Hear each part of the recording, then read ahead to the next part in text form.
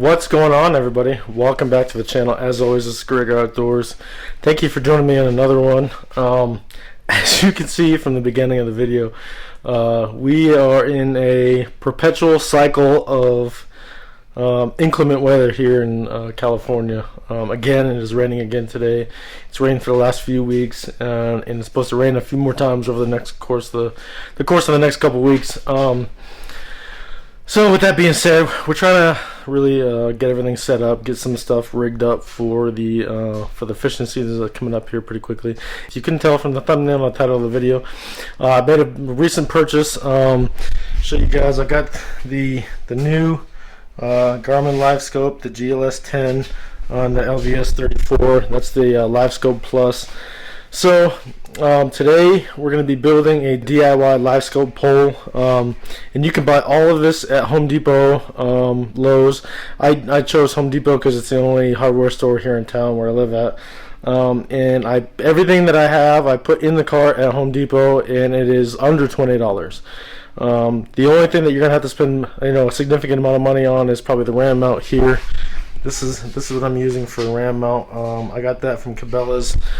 I got that from Cabela's for about $60. I'm sure you could probably find something a little bit cheaper, but that's what I went with. I'll leave everything down below in the description so you guys can see what I used, kind of price it out for yourselves. But with the ram mount and all the accessories that you need for the pole itself, you're going to look at about $80, which I mean is significantly cheaper than a lot of Livescope poles out there.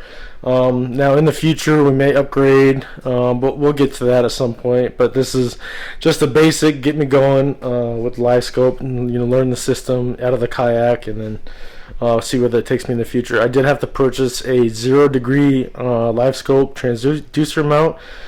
Just be aware of that. If you use the Livescope transducer mount that is in the box, it's an 8-degree offset for trolling motors, so keep that in mind. You will need to have to purchase a 0-degree mount, but really all this is going to be is one 2-foot piece of 1.25 inch, two 2-foot pieces of 1-inch pipe, a piece of 3/4 inch pipe, and then we have a 3/4 inch cap, a 1-inch cap, a 1-inch coupler, and a 1 by 3/4 inch elbow. And then you are gonna need a couple of 1 1/4 inch U-bolts, but that is included in the price of everything that I put down below in the description. I did it so that I didn't want to have to make any holes. I'll loosen this up. Holes in this ram mount. All you're going to do is just put the U-bolts behind here, and that's how you're going to clamp it down. Behind here, and that's how you're going to clamp it down. So it's pretty straightforward. I'll show you guys how I'm going to do this. We'll get everything glued up. I am going to have to end up spray painting this, probably black, or I mean really you can spray paint it any color you want to, but just to kind of liven things up and get rid of this white color. I mean you really don't have to, but I'm going to. You guys probably won't see that portion of it, but I'll get everything put together. I'll show you guys exactly how we're going to do this. And like I said, this is extremely cheap if you're trying to do this on a budget, because I know the Livescope system itself is pretty expensive. I'm going to pair this GLS 10 and the Livescope Plus LVS 34 with a 93 SV I got on sale from Bass Pro. So we'll get this started, show you guys how I'm going to do it. Now you could, I decided to go the cheaper route, and you could buy like an 8 or 10 foot piece of the 1-inch pipe, but I didn't need that much. I only needed a couple feet, so that's why I'm using a coupling. If you decided to use a 10-foot piece, you wouldn't have to use a coupler. But using a coupler is just going to extend that transducer a little bit further down in the water. And again, you'll see all of this in the video. So let's get this started. I'll show you guys how I'm going to make the cuts, and we'll piece everything together, and we'll go from there. So let's go. So essentially all we're going to do here is this 1-inch pipe is going to fit inside of this 1 1/4 inch pipe, and that's going to give you that freedom of rotation. We're going to add our 1-inch coupler to this as well. And what this does is it allows us to extend this inch pipe and give us the length that we need for this transducer. Again, you can go and buy a 10-foot piece, but there's really no need when you can buy two 2-foot pieces, and then this more than adequately enough serves what you're going to need to use. Then all we're going to do here is add this 1 inch by 3/4 inch 90-degree elbow, and then this right here allows us to rotate our Livescope pole and gives us the movement of our transducer here.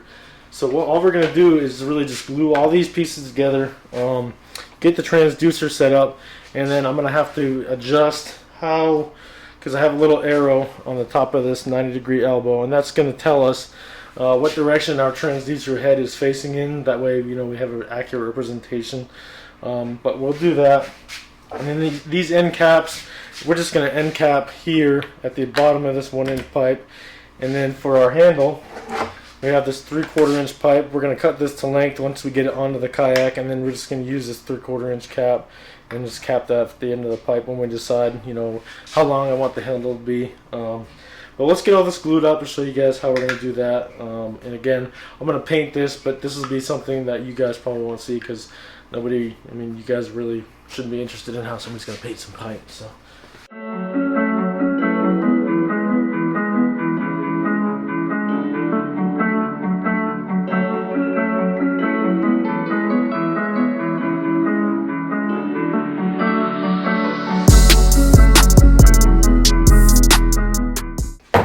And then we got to decide how much pipe we want for our mount.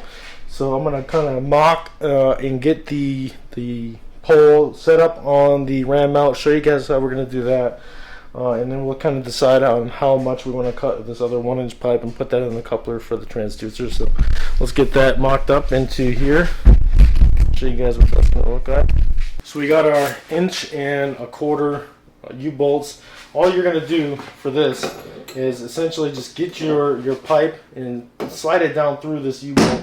I have to loosen it up a little bit because I didn't really account for the coupler and everything already being on here. So we get this in here like so. We've got it on our ram mount. All you're going to do is just tighten this down, kind of get a rough idea of where I want this. So the orientation of this 1.25 inch pipe really isn't going to matter, because this 1-inch pipe is what's going to give you that freedom of rotation here. So we will get that. So let's get our second U-bolt put on here. And you really don't, once you get these U-bolts on here with this 1.25 inch, you get everything tightened down. You don't want to tighten it too much, because you're going to kind of restrict that 1.25 inch pipe, and you're not going to allow that 1-inch pipe inside of the 1.25 to move freely. Hence the reason we're doing this, to be able to use your live scope in any direction that you want to. So we got this all tightened down. We got our coupler on, we got our elbow on, we got our pipe in. And so what we're going to do here is, this is the bottom of the kayak here, and the pipe, essentially the one inch pipe essentially already comes to the bottom of the kayak. So I want to add probably another 6 inches to a foot of 1-inch pipe. That'll allow us to put our transducer mount on here like that, and it will kind of clear the bottom of the kayak, so we really don't have to worry about any interference from the kayak or having to worry about that way, and it will give us that freedom to rotate just about in any direction without having any interference from the kayak. So let's get that cut. We'll do probably, let's say, a foot, maybe 18 inches. We'll get that measured, get that cut, and we'll put this in here. Stay tuned.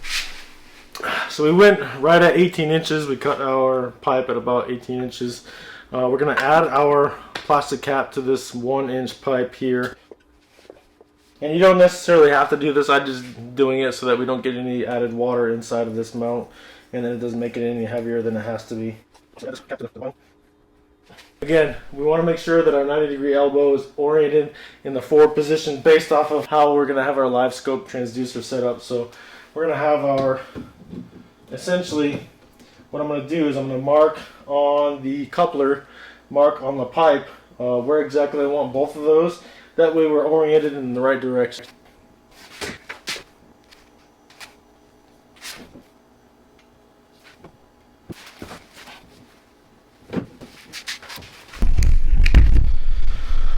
Alright, so there you have it. We have our Livescope mount added to the boat, or the kayak here. We got our transducer set up again. Here's our directional arrow. We have our Livescope mount pointed in the same orientation as our arrow. That way we're aware of exactly where we're pointing that sensor head. And what we're going to do next is kind of cut this handle about where I think I'm going to be sitting in the boat. The kayak seat sits about right here, so I want to give me enough room where I can move this, you know, wherever I need to without having to overextend myself. So we'll probably cut this 3/4 inch pipe to length, and then add that cap real quick, and then I'll show you guys that. Alright folks, so now we got our Livescope handle on our mount built in. We got the end cap put on, and that's it, honestly. A few little pieces, and then if you choose to, you can obviously paint it if you wanted to. And again, this is, I mean, it took me about 5 minutes to set this up after having everything cut previously.